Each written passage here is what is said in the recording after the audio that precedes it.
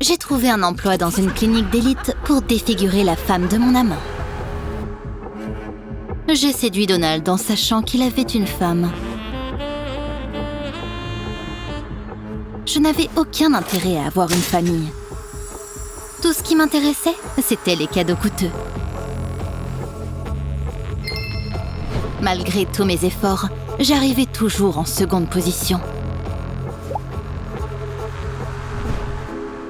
Et sa femme avait toutes les meilleures choses du monde.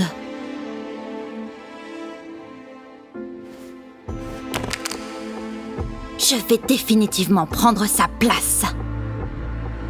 Je suis une cosmétologue, donc j'ai trouvé un travail à la clinique où la femme de Donald est allée. Nancy est rapidement devenue une de mes clientes régulières. J'ai découvert à quel médicament elle était allergique. Et j'ai mis au point un plan insidieux. J'ai ajouté un ingrédient secret au produit de beauté de Nancy. Et son visage a immédiatement commencé à gonfler. Qu'est-ce que vous m'avez fait? C'est terrible! J'ai fait semblant de pleurer.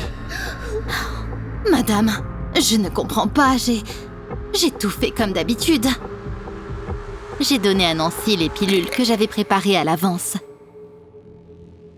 Elle pensait que c'était un antihistaminique. Mais elles n'ont fait que l'enlaidir. Ne vous inquiétez pas, tout ira bien. Je suis sûre que c'est juste une inflammation. Nancy m'a fait confiance et a tout fait selon mes recommandations. Cependant, son visage n'a fait qu'empirer. Et bientôt, Donald ne pouvait plus cacher son dégoût. Burke, tu me dégoûtes. Ma femme doit sembler valoir $1 million. J'essaye, mais... Ça suffit. J'ai besoin d'une belle femme à mes côtés, pas d'un monstre. Bien sûr, cette belle femme, c'était moi. Le jour suivant, Donald a mis Nancy à la porte. Et j'ai emménagé avec lui. Je pensais que Nancy serait en colère et me détesterait. Mais pour une raison quelconque, elle a souri et elle est partie. J'ai vite compris pourquoi Nancy était si heureuse.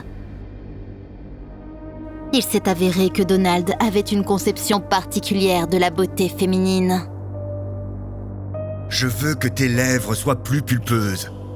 Je pensais que ce n'était pas un gros problème, alors j'ai juste repulpé mes lèvres. Mais il ne pensait pas que c'était suffisant. Maintenant, tu as des rides. Fais quelque chose. J'avais peur que Donald ne divorce. Alors j'ai essayé de lui faire plaisir. J'ai fait des dizaines d'injections. Mais je n'étais toujours pas à la hauteur de ses attentes.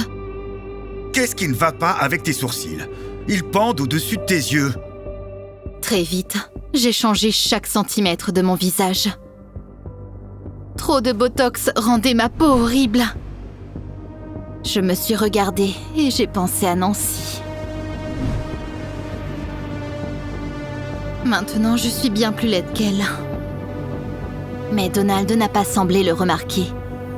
Il a exigé que je fasse en sorte que mon visage paraisse plus jeune, encore et encore, jusqu'à ce que je décide de mettre mon grain de sel. Je partirai si tu ne m'aimes pas pour ce que je suis. Mes mots ont réveillé le monstre en Donald. J'ai investi des milliers de dollars en toi et en ton visage. Tu m'appartiens maintenant. Tu es à moi.